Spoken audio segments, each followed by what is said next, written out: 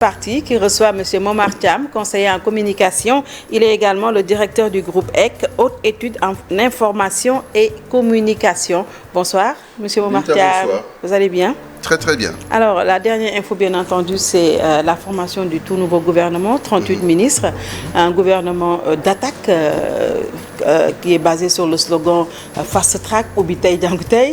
Alors, quelle est votre lecture sur ce nouvel attelage gouvernemental? Mais écoutez, c'est déjà une très bonne chose d'avoir un gouvernement et d'avoir un Premier ministre, parce que l'attente a été longue. Le président de la République avait choisi à 2 reprises de différer sa décision. Maintenant, c'est chose faite, il faut s'en féliciter. Quand un pays dispose d'un gouvernement et d'un Premier ministre à sa tête qui est chargé de coordonner l'action gouvernementale, on peut s'en féliciter.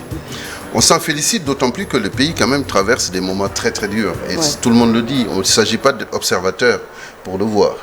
La preuve, le président de la République, dans son adresse à la nation, a parlé de priorités par rapport au coût de la vie, par rapport aux inondations, par rapport aux questions de santé, et même par rapport, si vous voulez, à tout ce qui tourne au social et qui concerne directement les populations. Et la nomination de M. Amadou Ba, que je salue au passage, est quand même une très bonne chose, parce que c'est pour prendre en charge justement ces préoccupations dans la coordination de l'action gouvernementale.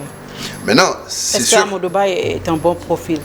Dire c'est un bon profil de ma part, ce serait un peu osé, parce que je ne le connais pas personnellement, mais je peux juger par rapport aux actes. Il a été au ministère des Finances, il a été au ministère des Affaires étrangères, qui à un moment était mon ministère de tutelle, puisque j'ai eu à servir dans la diplomatie sénégalaise. Et quand même, il s'est quand même forgé quand même une expérience gouvernementale qui peut être profitable, en tout cas, au moment où le Sénégal traverse ces moments difficiles. Et le fait qu'il ait justement cette expertise, et étant un serviteur de l'État, on peut présager qu'il est dans de bonnes dispositions, en tout cas lui, le concernant, pour faire le travail. Maintenant, le travail gouvernemental et les résultats qu'attendent les populations, c'est 2 choses. Et aujourd'hui, ce qui va se poser comme problématique, en tout cas pour monsieur le Premier ministre et le gouvernement qui dirige, c'est cette problématique du temps. Parce qu'on est à 18 mois, ou même 14 mois, on va dire, dans la fin du second mandat du président de la République, Macky Sall. Et les demandes sont pressantes. Et quand vous avez... justement, sur 18 mois, est-ce qu'on peut faire face à cette demande qui est pressante sur 18 mois? Mais écoutez, sur 18 mois, ça va être très très dur. Mais on peut donner des signes. On peut avancer des signes. On peut donner de l'espoir. Parce qu'en politique, quelquefois, il faut savoir faire espérer.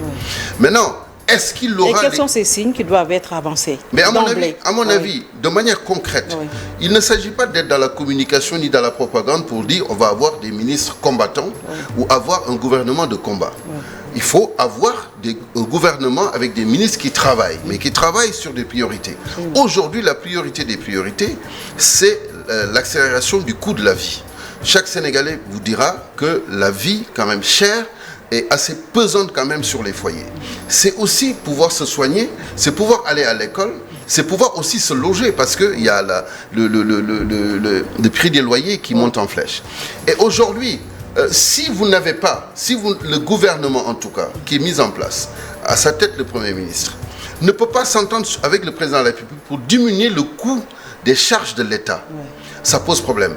Comment diminuer les coûts des charges de l'État? C'est ce que les Sénégalais attendaient, mais à l'arrivée, on a eu 38 ministres avec des ministres auprès que personne ne comprend. Mais là, vous m'avez marché sur la langue, parce qu'en 2020, la composition du gouvernement s'arrêtait à 33 ministres. Aujourd'hui, vous avez 38 ministres, et 38 ministres, c'est augmenter les charges de l'État.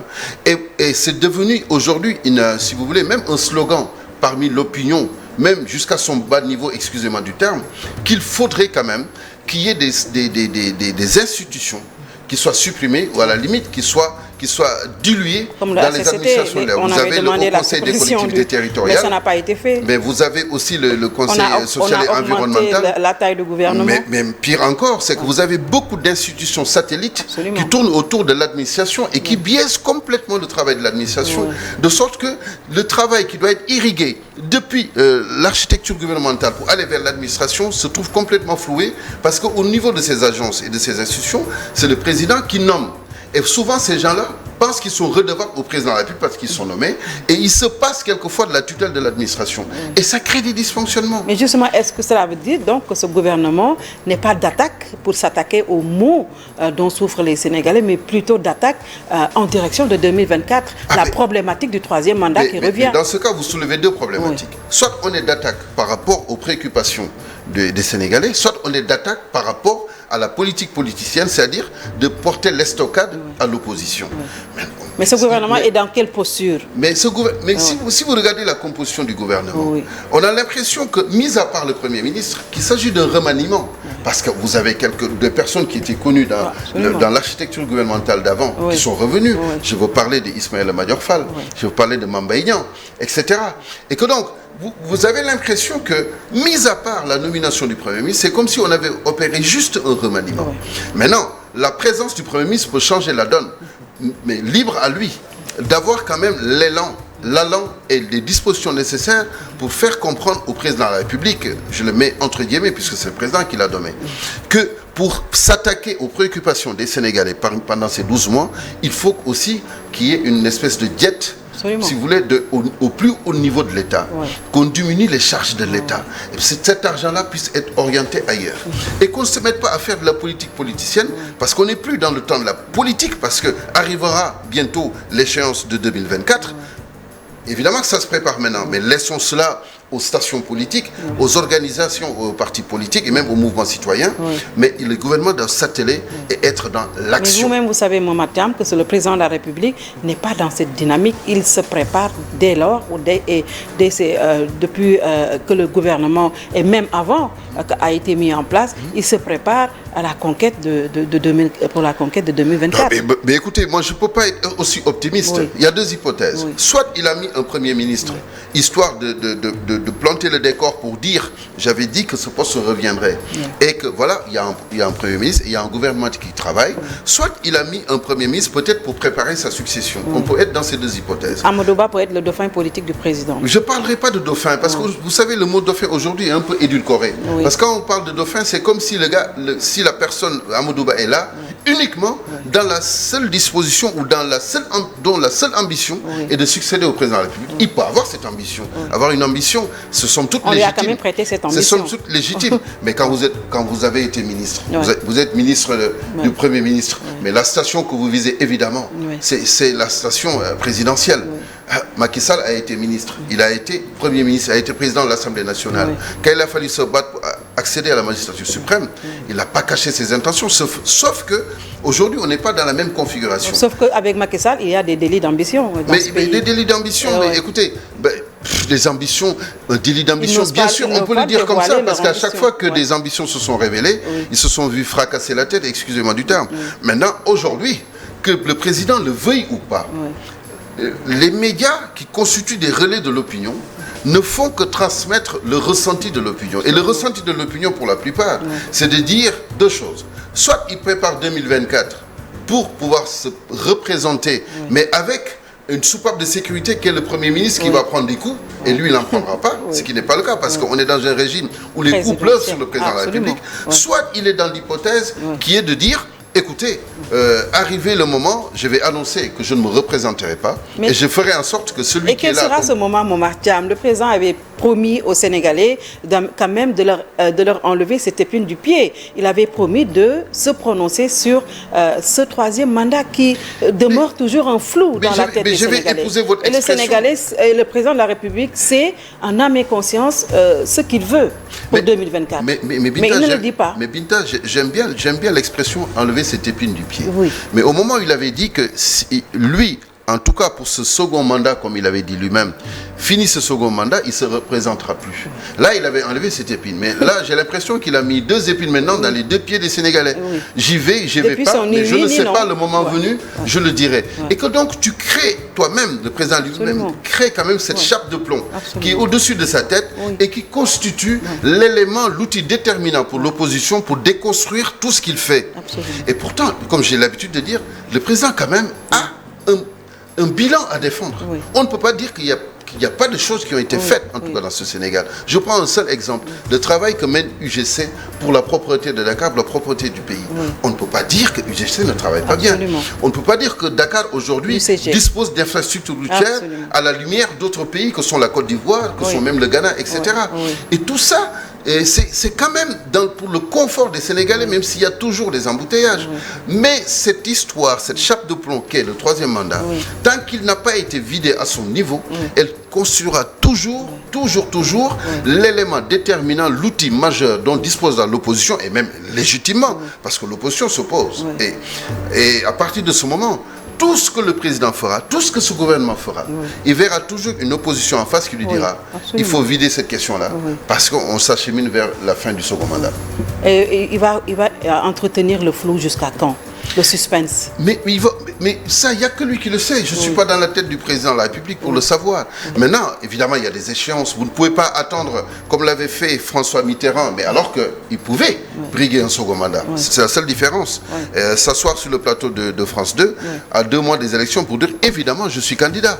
Mais je ne pense pas que le président de la République attendra 2 mois. En tout cas, tous ceux qui ont dit qu'ils n'avaient pas droit à un troisième mandat ont été tous charcutés, entre guillemets, et on a vu le sort qui a été réservé à Mimi Touré, à qui également on prête des ambitions présidentielles, tout comme Amadou Ba. Mais bien sûr, je parlais tout à l'heure. Et c'est même ce qui est dit pour le cas de Matar Ba, même si on n'a pas l'information. Je disais tantôt qu'aujourd'hui, le travail gouvernemental risque d'être sapé par cet élément troisième mandat.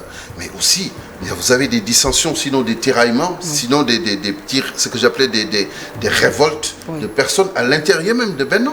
Le cas Mimi Touré est quand même assez emblématique. On ne peut pas dire que Mimi Touré ne constitue pas quand même un poids lourd à l'intérieur de Benno, à l'intérieur de l'APR. Et aujourd'hui, Mimi Touré qui porte ses estocades constitue quand même un élément dont il faut surveiller, en tout cas, sur son flanc droit, parce que c'est la raison pour laquelle, d'ailleurs, un de mes confrères, que je salue au passage, le professeur Maurice Diogdon, a tout à fait raison de dire que le président de la République ne pouvait pas faire autrement. Parce qu'il ne peut pas ouvrir des chantiers hostiles avec le cas Mimi Touré, comme je l'appelle, et ne pas nommer Amadou Ba et créer encore d'autres frustrations qui risquent de fissurer davantage la ligne de conduite de l'APR et de Benno, et qui vont ce qui veut dire que Mimi Touré risque de faire mal si le président ne réussit pas on s'en tient à ces différents messages. Ce qui est sûr, c'est qu'au niveau de l'Assemblée nationale, elle sera bien écoutée et bien entendue, elle sera surveillée de près, d'autant plus que c'est une femme. Et c'est une femme de poigne. Et ensuite, on ne saura pas quelle va être la nature de son vote, puisque le vote est secret. Si toutefois chaque vote compte désormais, puisqu'il n'y a pas de majorité confortable à l'Assemblée. Et que donc le président de la République, à mon sens, doit quand même essayer d'aplanir tout cela. Et je profite de l'occasion pour dire que tout cela, à mon avis, lui incombe. Lui incombe, c'est de sa responsabilité. J'ai toujours dit que le président de la République gagnerait à parler davantage à sa presse. Quand je dis sa presse, c'est la presse sénégalaise dans son ensemble. Le président ne nous parle jamais. Vous ne pouvez pas avoir un président de la République qui parle à la presse à l'étranger pour que ce soit commenté par sa presse. Au Sénégal, on croit quand même à une espèce de vertu qui est la proximité relationnelle. Donc, si vous avez cette proximité relationnelle avec votre presse, quelle que soit la nature de cette presse, quelles que soient les injonctions qu'on a envers cette presse, mais vous pouvez être mieux entendu, être mieux écouté, et votre parole sera mieux traduite et mieux relayée. Et je pense que le défaut de communication, si je peux l'appeler comme ça, à son niveau, se situe là. Mais il se situe encore ailleurs. Moi, avec mon cabinet, j'ai travaillé sur pas mal de ministères pour la mise en place des plans et des stratégies de communication. Je l'ai fait pour le ministère de la Santé. Je l'ai fait pour la CMU. Je l'ai fait pour le ministère du Tourisme et des Transports aériens. Et mieux encore, à un stade supranational, je l'ai fait pour l'OADA, les 17 pays de l'OADA. Et je me rends compte que... Vous l'avez fait pour Abdoulaye Wade également. Et je l'ai fait pour Abdoulaye Wade. J'étais son conseiller spécial chargé de la communication. Après avoir fait sa campagne en 2000. Ça, je tenais à le rappeler. Mais vous vous rendez compte que ces documents-là, ce sont des documents de travail quand même qui sont... de référence. De référence, mais ils ne s'en servent pas. Et vous vous rendez compte que quand le gouvernement tangue, ou quand le travail est mal fait ou mal perçu, on dit c'est un problème de communication. Parce qu'il y a des faucons autour qui disent au président de la République que tout marche. N'écoutez pas ces gens-là parce qu'ils sont contre vous. Et c'est ça, malheureusement, qu'ils vont comprendre un peu tard. Mais Binta, il y a aussi un élément qui est déterminant. Pour moi, qui ai beaucoup travaillé avec le président de la République, qui l'ai beaucoup fréquenté, qui a souvent été à côté de lui, je me rends compte d'une chose. Il y a souvent aussi ce que j'appelle la malédiction de la malédiction du président. Oui. La malédiction du président, c'est quoi? Vous êtes un président de la République, en tout cas dans nos pays, au Sénégal en particulier. Oui. Donc, vous décidez par décret. Dogal, l'ignore Dogal. Donc, à partir du moment où vous passez votre temps à décider par décret, et que n'importe qui peut venir vous voir, vous soumettre son problème et vous cherchez à le régler. Vous passez à un moment, vous êtes à un stade où vous semblez même oublier qu'il y a quelque chose qui peut décider sur votre tête. Absolument. Que ça peut venir à n'importe quel moment. Et donc, ils n'ont pas tout à fait, tout le temps, si vous voulez, une emprise sur les événements. C'est l'immédiateté, c'est l'instant. Et cet instant vous enferme. C'est pourquoi on parle de la solitude du président. Et à un moment donné, vous devenez même, vous êtes complètement névrosé. Vous ne faites plus confiance à personne. Et quelquefois même à votre femme. Et ça pose problème. Ça pose problème. Et que donc, la prise de décision, quelquefois, risque d'être complètement édulcorée parce que tout simplement, vous n'avez pas de prise sur les événements. Et ce qui vous entoure, comme vous venez de le dire, vous chuchotent à l'oreille, mais ils y vont de leur intérêt. Absolument. Parce que ceux qui disent qu'il faut que le président se représente, je ne suis pas là pour dire il faut qu'il le fasse, qu'il ne le fasse pas. Mais c'est des gens, quelquefois, qui gèrent leurs propres intérêts. Parce que la station, là où ils se trouvent, c'est grâce au président de la République. C'est pour ça d'ailleurs. Et qui n'hésiteront pas, à vous lâcher quand ils le voudront. On l'a vu. Absolument. Mais vous avez la plupart des personnes qui étaient autour d'Abdoulaye Wade aujourd'hui qui sont autour du président Macky Sall. Voilà. Je pense qu'il le sait lui-même. Alors, et l'Assemblée nationale, déjà, Yewwi a fait une conférence de presse tout à l'heure pour dire que le président de l'Assemblée n'est pas légitime avec la façon dont il a été élu. Le vote ne s'est pas passé normalement. Vous avez suivi tout ce qui s'est passé la semaine dernière, votre mot sur tout ce qui s'est passé. Mais vous savez, tout ce qui s'est passé à l'Assemblée nationale, à mon sens, je l'ai dit et les menaces aussi du président qui en a parlé lors de son discours. Je l'ai dit à un de vos confrères, n'est que le prolongement des élections locales et des élections législatives. L'opposition est dans une logique de combat et de prolongement de ce combat-là dans l'hémicycle. Parce que pour la bonne et simple raison, qu'ils se disent il faut mettre la pression sur le pouvoir by any means necessary, comme disait Malcolm X, avec tous les moyens nécessaires. Seulement, les moyens quelquefois qu'utilise l'opposition ne sont pas des moyens qui sont dignes d'une république qui se respecte, ne sont pas dignes quand même d'une institution qu'est l'Assemblée nationale, qui est quelque part le lieu, l'espace par excellence d'échange, de compromis et quelquefois même de compromission politique pour le bien des populations. Dans parlementaire, vous avez se parler. Ils doivent se parler, mais ils ne doivent pas s'affronter. S'affronter. Bon, évidemment, vous avez beaucoup de pays où ça se passe comme ça. C'est peut-être dans leur nature, mais il n'était pas dans la nature, en tout cas, des institutions sénégalaises, de faire ce genre de choses. Donc, la sacralité a été un peu bafouée. Mais ensuite, il faut dire une chose, c'est que l'opposition, quelque part, est dans son rôle, même si les moyens qu'elle utilise ne sont pas souvent des moyens légitimes ou institutionnels, ou respectés ou respectables. C'est aussi se battre. Parce que si vous parcourez ce que les gosses appellent le VAR politique, mais vous allez voir qu'un président Macky Sall, ou même ceux qui étaient à côté de lui jusqu'en 2011-2012, utilisaient quelquefois, je ne dis pas les mêmes agissements, mais la même violence verbale, la même violence dans sa communication pour s'attaquer au pouvoir. Mais malheureusement, aujourd'hui, on a une classe politique, mis à part peut-être les mastodontes qui étaient là, je parle d'Abdoulaye Wade, Moustapha Niasse, et jusqu'à peut-être Macky Sall, vous avez une classe politique qui n'a pas une culture politique, une culture de la chose publique, et qui n'est pas passée par ce qu'on appelle les écoles de parti. Et que donc forcément, qui n'est pas imbu de la chose politique et du respect, du respect des institutions. Et que c'est une classe politique qui peut émerger depuis les mouvements citoyens, qui peut sortir quelquefois même des associations. De nulle part aussi. De nulle part. Est-ce que cela veut dire qu'on va continuer comme ça? Évidemment. Et qui a compris qu'aujourd'hui, il y a un outil qui est phénoménal et qui est extraordinaire, qui est le DET. Ils sont leurs propres journalistes. Ils font leur propre live et après ils cherchent... Live TV. Exactement, live TV. Et ils se mettent à la place des journalistes. Et malheureusement, si vous avez des journalistes qui suivent cette voie-là, et ça enlève aussi toute la sacralité au travail des journalistes, ce qui fait que souvent les journalistes sont dénoncés. Absolument. Merci beaucoup. Merci à vous, Linda. Conseiller en communication, vous êtes également le directeur du groupe Haute Études en information et communication. Merci d'avoir suivi. Bien le bonsoir. Merci.